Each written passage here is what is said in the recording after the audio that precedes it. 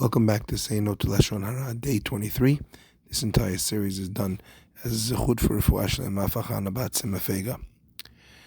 When a person is telling over a story, any kind of story about someone else, the challenge oftentimes is when you're telling that story to tell it exactly, accurately. A relation of just the facts of a story is not interesting at all. No one wants to listen. So it is in the details that actually we make the stories that we tell interesting enough for people to want to listen to. The challenge, though, is that sometimes a person can come to exaggerate and doesn't feel like I'm lying, but it's being told in a way which it didn't actually happen.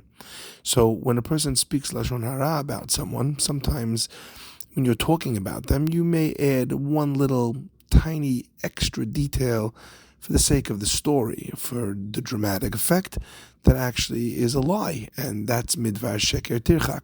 So says the Chafetz Chaim that when we talk about the various negative commandments that a person has to look out for when they're speaking, one of those elements is midvar sheker tirchak, telling the Torah's commandment that tells you that a person must stay far away from telling a lie.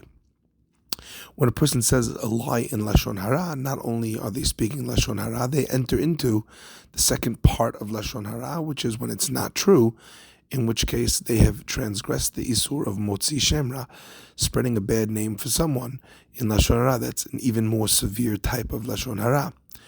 When we understand that the impact of our words is so great and so important that HaKadosh Baruch Hu made sure that we would not say something that was not true, we realize that the tiniest little extra word that a person says, which is exaggerated or not true, is already enough for it to be a lie. Now that sounds quite exacting, but imagine how that looks in the real world. Someone asks you about a certain financial planner and you tell them, oh, he's conservative. You might be just describing his style of investment. Yeah, he's conservative. That doesn't sound very bad. It just indicates that he's not a risk taker. How about if you add one word? He's very conservative, or he's too conservative. Instantly, you've taken this approach to investing and made it sound as if it's a bad idea. It's not aggressive enough. It's not someone that they should do business with. So that one word, someone is quiet, or if you say he is very quiet, or too quiet, the adding of that one word, of that exaggeration, actually is enough to be able to tank the person's chances of having this person become a client. The Chafetz Chaim continues and says that there's an added dimension as well of v'halachta b'drachav. There's a Torah commandment that says that we're supposed to follow in the ways of HaShem.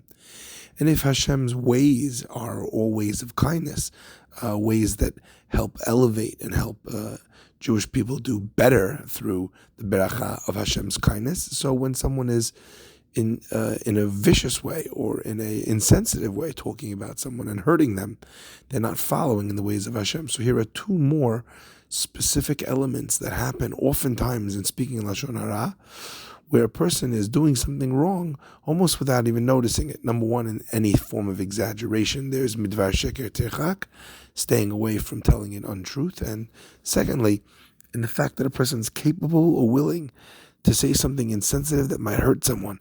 They're not acting as God would, God who is identified by his many ways of kindness. Finally, the Chafetz Chaim ends this day by talking about the fact that perhaps this is why a person who speaks Lashon Hara is not permitted to greet the Shekhinah, the Gemara says. He doesn't have the right to be able to greet the Shekhinah. And maybe that idea is that HaShem is saying this person is so much the opposite of who I am and what I stand for that I don't want to say hello or greet this person or have any connection with him if this is the way they speak about my children.